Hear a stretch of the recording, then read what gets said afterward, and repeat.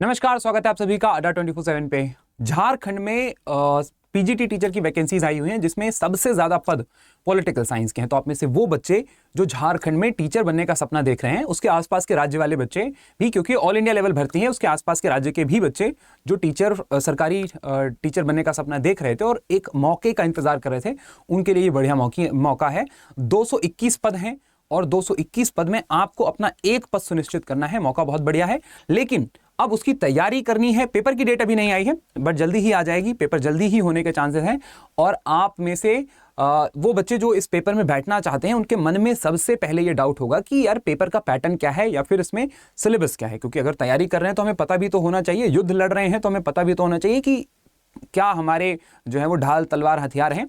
तो इस हिसाब से हमें सिलेबस का सबसे पहले आइडिया होना चाहिए, क्योंकि जब तक पता ही नहीं है कि पूछेगा क्या, तब तक हम तैयारी कैसे कर पाएंगे। तो इस सेशन में हम आज डिस्कस करेंगे कि क्या क्या सिलेबस है, क्योंकि उन्होंने अपना जो पूरी एक जो नोटिफिकेशन जारी किया है उसमें पूरा का पूरा सिलेबस लिखा हुआ है, पेपर 1 और पेपर 2 का भी। तो थोड़ा सा एग्जाम पैटर्न पे बात करते हैं। ऑल्दो मैंने इस पे एक सेपरेट वीडियो बनाया था कि इसमें क्या एलिजिबिलिटी है, कौन इसमें आवेदन कर सकता है, कौन नहीं कर सकता है, वो आप इसी चैनल के लाइव जो है इसी चैनल के वीडियो सेक्शन में जाके आप देख सकते हैं। दूसरा कि अब सिलेबस और एलिजिबिलिटी पॉलिटिकल साइंस के लिए या फिर पेपर का पैटर्न क्या है, उस पर हम थोड़ा सा चर्चा करेंगे। तो पेपर के पैटर्न की अगर हम यहां पे पहले बात करें तो पेपर आपका एक ही पाली में होगा, मतलब एक ही उसमें होगा, ठीक है, मतलब एक ही फेज में होगा। ऐसा नहीं है कि पहले प्रीलिम्स होगा फिर मेंस होगा, एक ही फेज में होगा। बट पेपर 2 होंगे, एक सुबह होगा एक शाम होगा, 2 पालियों में होगा। तो सुबह कौन सा पेपर होगा, शाम को कौन सा पेपर होगा, तो प्रश्न पत्र 1 या फिर पेपर नंबर 1 जो है वो आपका आएगा करीब 200 नंबर का, ठीक है, 200 नंबर का पेपर होगा। और यहां पे हर सवाल 1 नंबर का। अब 200 नंबर का होगा और हर सवाल 1 नंबर का है, तो मतलब यहां से आपको 200 सवाल देखने को मिलेंगे। और वो 200 सवाल कहां कहां के होंगे, तो उसमें से 100 सवाल ऐसे होंगे जिसमें सामान्य ज्ञान पूछा जाएगा और कंप्यूटर चलाने की जो बेसिक नॉलेज है, जो सामान्य जानकारी है, उसमें थोड़ा सा कुछ सवाल वहां से होंगे। बाकी के जो 100 सवाल हैं वो आपके होंगे हिंदी और अंग्रेजी भाषा के। तो टोटल 200 सवाल होंगे, 200 नंबर के होंगे, जिसमें से 100 सवाल आपका जीके जीएस का होगा और 100 सवाल आपका हिंदी और इंग्लिश भाषा का होगा, जिसमें आपसे बेसिक आपकी लैंग्वेज नॉलेज टेस्ट की जाएगी। तो ये तो हो गया पेपर 1 का। पेपर 2 आपका कौन सा होगा, तो पेपर 2 आपका 300 नंबर का होगा, ठीक है, 300 नंबर का होगा।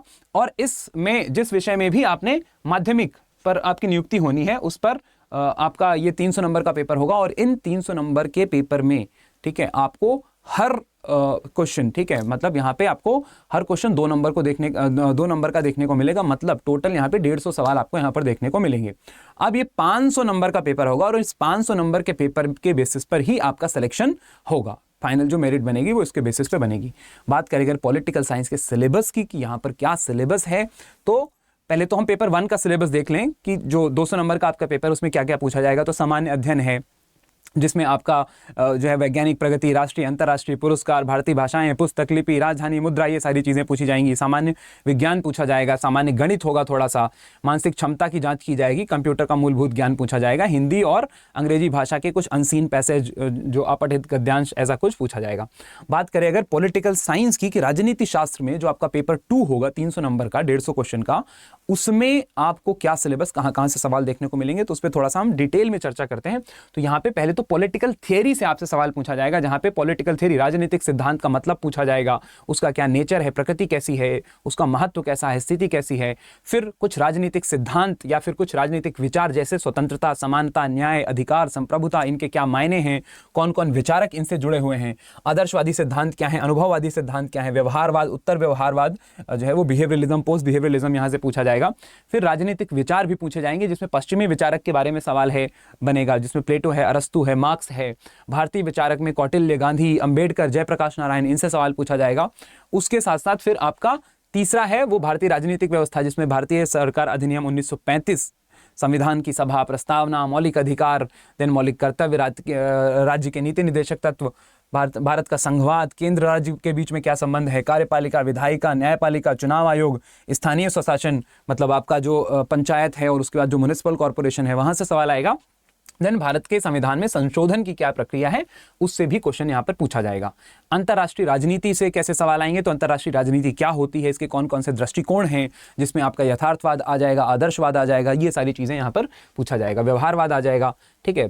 भारतीय विदेश नीति, इसके भारतीय विदेश की जो नीति है, मतलब भारत की जो विदेश नीति है, मतलब इंडिया की फॉरेन पॉलिसी, उसके क्या क्या डिटर्मिनेंट है, ज्योग्राफी है, देन हमारा हिस्ट्री है, तो उन सब बेसिस पे यहाँ से सवाल बनेंगे। भारत के अपने पड़ोसी देशों के साथ कैसे रिश्ते हैं, अमेरिका, रूस और चीन जैसे जो ग्लोबल सुपर पावर हैं, जो बड़े बड़े देश हैं, बड़े बड़े जो शक्तियां हैं, उनसे कैसे रिश्ते हैं, राष्ट्रीय शक्ति, राष्ट्रीय हित का क्या महत्व होता है, गुट निरपेक्षता यहाँ पर क्या है।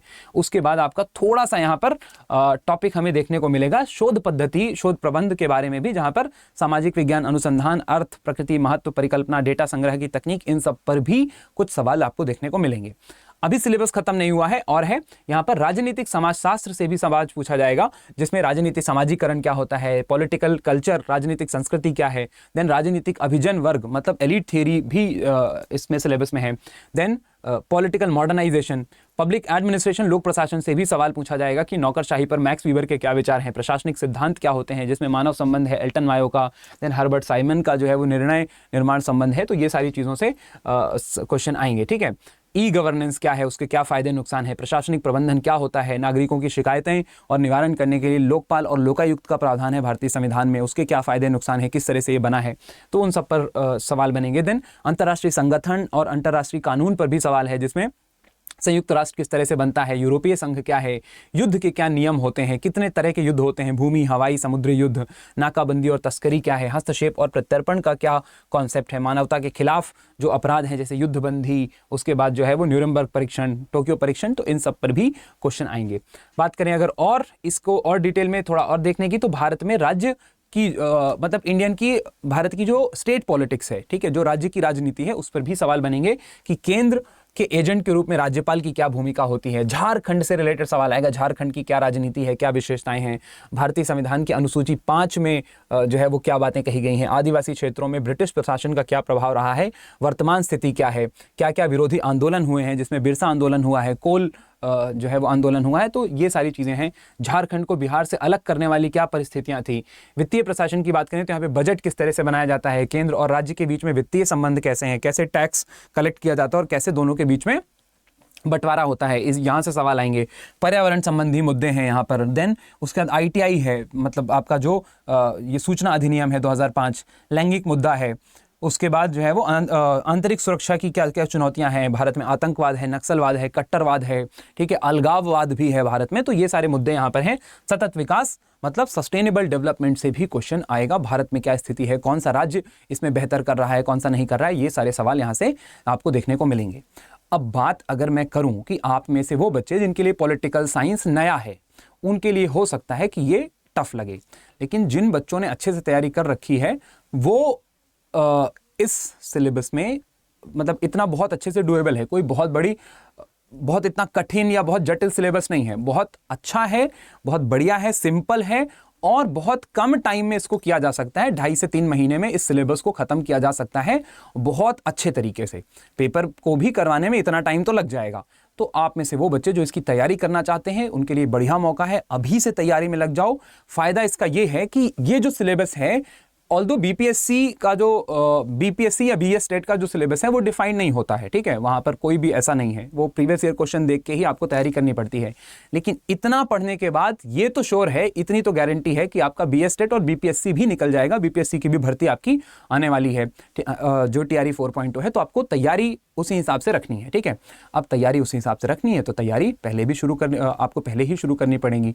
वो कहते हैं ना कि भाई अगर लंबी दौड़ लगानी है तो जल्दी शुरू करना पड़ेगा, ठीक है, जिससे शाम होने से पहले आप वहां पहुंच जाओ। तो मौका हाथ से निकले इससे पहले आप तैयार हो जाओ इस युद्ध में लड़ने के लिए और अपनी एक सीट सिक्योर करने के लिए।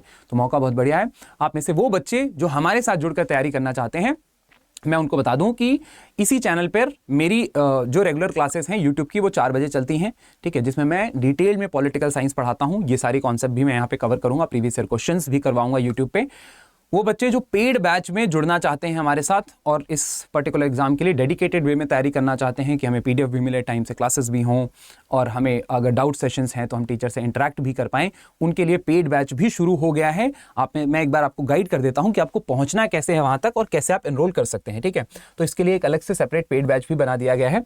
यहाँ पे आप अड्डा 24/7 की वेबसाइट पर जाएंगे, उस पर क्लिक करेंगे, देन आपको ऑल कोर्सेज पे जाना है। ऑल कोर्सेज पे जाते ही आपको ये टीचिंग वाला ऑप्शन दिखेगा, टीचिंग पे क्लिक करते ही जैसे ही आप यहाँ पे नीचे आएंगे तो आपको या ये दिख रहा है झारखंड माध्यमिक टीचर, यहाँ कोने में दिख रहा है। इस पे जैसे ही आप क्लिक करेंगे तो ये झारखंड के सारे बैचेस खुल जाएंगे। अलग अलग सब्जेक्ट के हैं, लेकिन पॉलिटिकल साइंस का अगर मैं दिखाऊं तो ये मेरा पॉलिटिकल साइंस का पूरा कंप्लीट फाउंडेशन बैच है जो जल्दी शुरू हो रहा है। ठीक है, इसमें लिमिटेड सीट्स हैं, है ना, काफ़ी सारे बच्चों ने इसमें एडमिशन ले भी लिया है।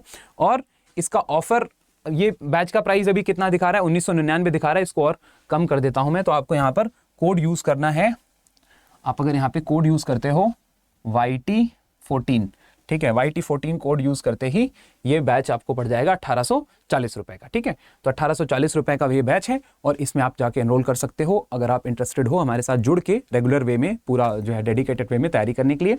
फ़ायदा क्या है इस बैच का, तो भाई यहाँ पर आपको प्रॉपर लाइव क्लासेस मिलेंगी, डाउट सेशंस मिलेंगे, PDF नोट्स मिलेंगे, हिंदी और इंग्लिश दोनों में ही नोट्स आपको मिलेगा कि सेम चीज़ हिंदी में भी लिखी रहेगी, सेम जो है वो इंग्लिश में लिखी रहेगी। बायलिंगुअल बैच है, पढ़ाता भी मैं दोनों ही लैंग्वेज में हूँ, तो आप किसी भी मीडियम के बच्चे हो, हिंदी मीडियम के हो, इंग्लिश मीडियम के हो, तो आपको किसी भी तरह की परेशानी इसमें नहीं होगी। ठीक है, रही बात आपकी तैयारी की, तो तैयारी आपको हम करवाएंगे एंड सिलेक्शन भी हम आपको दिलवाएंगे। ठीक है, so thank you so much and all the very best for your exams.